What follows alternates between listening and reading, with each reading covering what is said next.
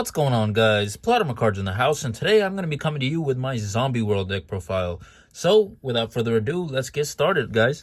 So, first of all, of course, you're going to have to run Doom King Balderog, and I think 2 copies of this card is sufficient. I have seen some people running 3, but I think 2 works best just because it is recyclable, and it allows a lot of people to play other cards, you know? And the one thing about this card is just universal negate. This thing is so good, insanely good.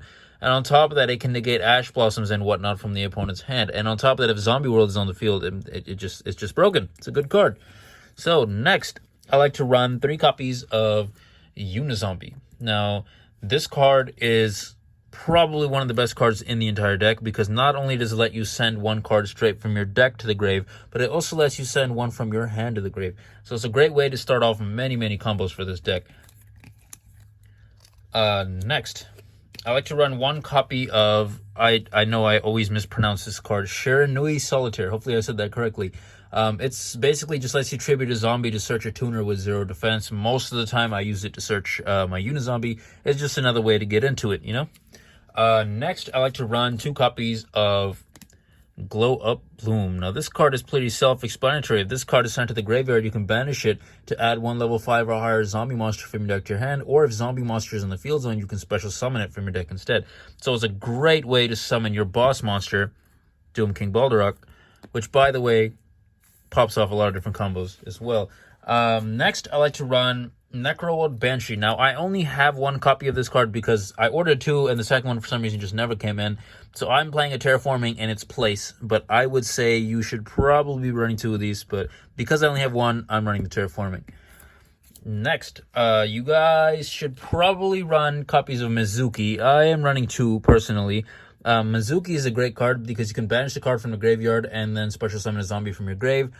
This card is insane because you can essentially special summon any of your cards from your grave, and it keeps you alive. It extends so much. It works good. Next, we got Gozuki. I'm running 2 copies of Gozuki as well. This card also works as a somewhat of a Foolish Burial. During your main phase, you can send a zombie monster from your deck to the graveyard. So that's also really good. But secondly, if this card is sent to the graveyard, you can banish a zombie monster from your graveyard, except Gozuki special summon 1 zombie monster from your hand. So that's something that needs to be considered, essentially, is because if it goes to the grave, you can special summon a bunch. It's a really good card. There's not much else that I could say here. Next are pretty much my one of monsters. So I like to run 1 copy of Changshi the Spirit Dao. During your main phase, you can send a zombie monster from your hand or deck to the grave. That's also really good, like we discussed with some of the other cards. Secondly, if this card is banished, you can banish a zombie monster in your graveyard, special summon this card, replace it on the bottom of the deck if it leaves the field. As we'll go into this, there are a decent number of ways to banish zombie monsters in this deck, so I think it works pretty well in this deck. Next is 1 copy of Al Ghul Mazira. This card is, its effect is, if a zombie monster you control will be destroyed by battle or card effect, you can banish this card from your hand or graveyard instead. If this card is banished from your hand, from the hand or graveyard, you can special summon this card defense position, then you can reduce this level by 1.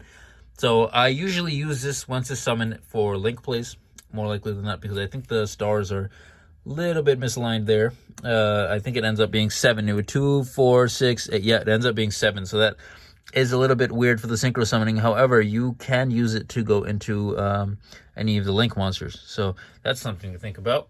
And also, it works as great protection, and it brings itself back. So next, I like to run 1 copy of Plague Spreader Zombie and 1 copy of Mad Mauler.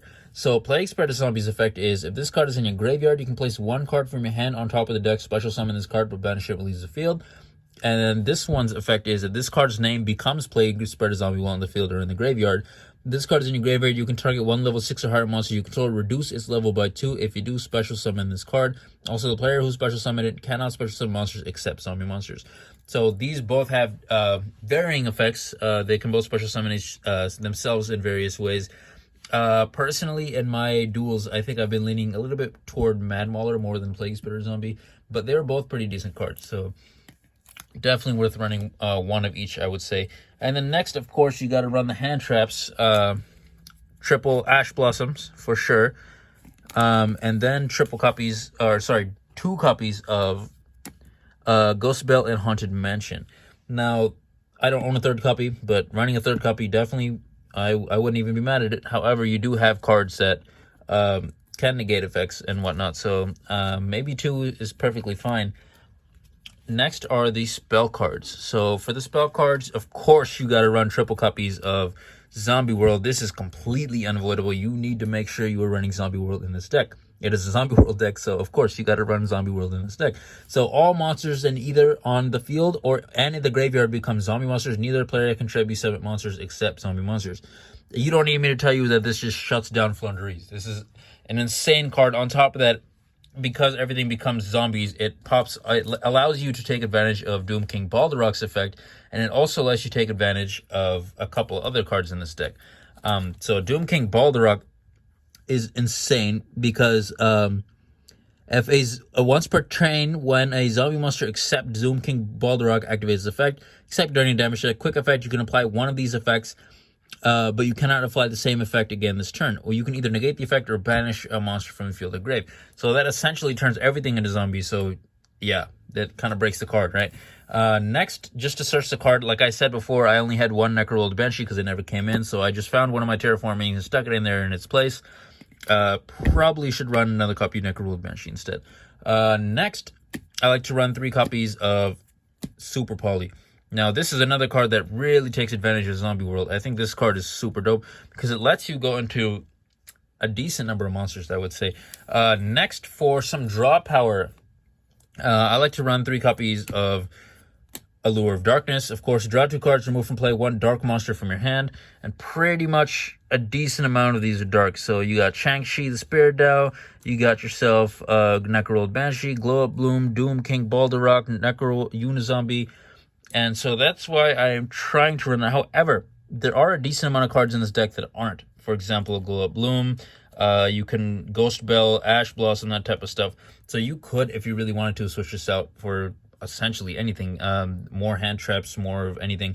So I'm kind of iffy about this card right now, if I'm being honest. However, I'm working with what I got right now, right? So yeah. Next are my 1-ofs. 1 copy of Foolish Burial, 1 copy of Called by the Grave, 1 copy of 1 for 1, 1 copy of Monster Reborn, and 1 copy of Instant Fusion. Now, obviously, dumping 1 in the grave, have the ability to negate anything, but mostly hand traps, probably what you're going to do. 1 for 1 basically allows you to go into Glow Up Bloom. Monster Reborn lets you bring anything you want back. Instant Fusion is kind of an interesting combo with that, lets you summon 1 from the extra deck. And then lastly, for the trap cards, before we get into the extra deck, I like to run triple Rivalry of the Warlords. Of course, this is needed in this deck. You need triple Rivalry of the Warlords. Each player can only control 1 type of monster. Send all face-up monsters they control to the graveyard. Send all other, face-up monsters they control. So if I play Zombie World, everything they control is already zombies, so they cannot summon any other type of monster. So that kind of locks them out of everything that they're doing. It's just a good way to just stall your opponent out, you know? And then lastly, for the extra deck, let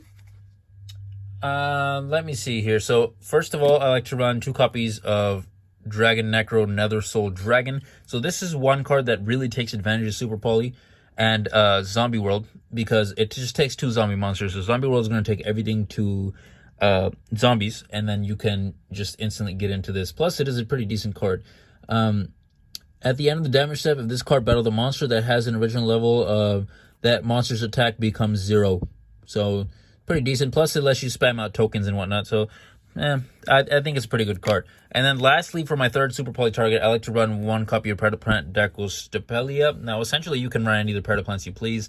This is just one I'm experimenting with for now, but almost any of the Predaplants will do.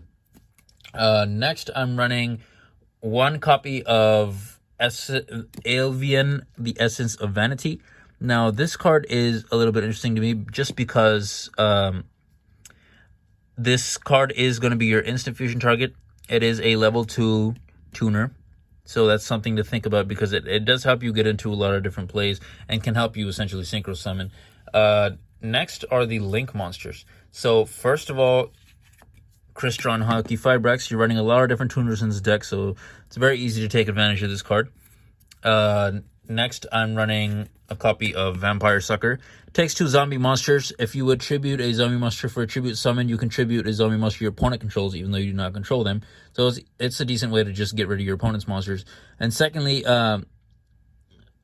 you can use each of the following effects once per turn. You can target one monster in your opponent's graveyard, special summon it to your opponent's field in defense position, but it becomes a zombie monster. And then if a zombie monster is special summoned from either graveyard, you can draw a card. So it does give you a little bit of draw support. It's a pretty decent card, I would say. And then next, I like to run a copy of Access Code Talker, and I'm also looking into Appaloosa Bow of the Goddess. So both of those cards, I think, are pretty good. This just has, obviously, just beat stick potential. This is an insane card. And then this has negate potential. So if you thought this deck didn't have enough negates, yep, throw an Appaloosa in there. Yeah. Next are the Synchros. So I like to run a copy of Formula Synchron. That's probably, that is what I use with Halqifibrax, of course. And next, I like to run a copy of Immortal Dragon. Now, Immortal Dragon is one of the newer cards that came out recently. Next, of course, you need Skeletal Dragon Felgrand. Skeletal Dragon Felgrand is also one of the newer cards. And also Red Eyes Zombie Dragon Lord. So these, I would say, these are the 3 new Synchro monsters that were released in Dimension Force. So they all have various effects, but they're all really, really good, I would say. And for sure, they need to be considered when running a Zombie World deck. And then lastly, for the 2 Synchros are Chaos Ruler, Chaotic Magical Dragon. You can dump as many cards into the grave, or not as many cards, but you can dump a bunch of cards from the top of your deck to the grave, and it does work, popping off a lot of different combos. And then lastly, I'm running Shirani Sun Saga. Now, this card here can be replaced with Baron de Fleur and maybe Psychic and Punisher. I just don't have the money for both of those right now, so that's what I'm going to run this just as a placeholder, and I will be probably picking up one or maybe even both of those soon. And then lastly, you should look at Zombie Vampire. Zombie Vampire is pretty good. This card is just, I would say, definitely a one-of in this deck. So definitely something worth taking a look at.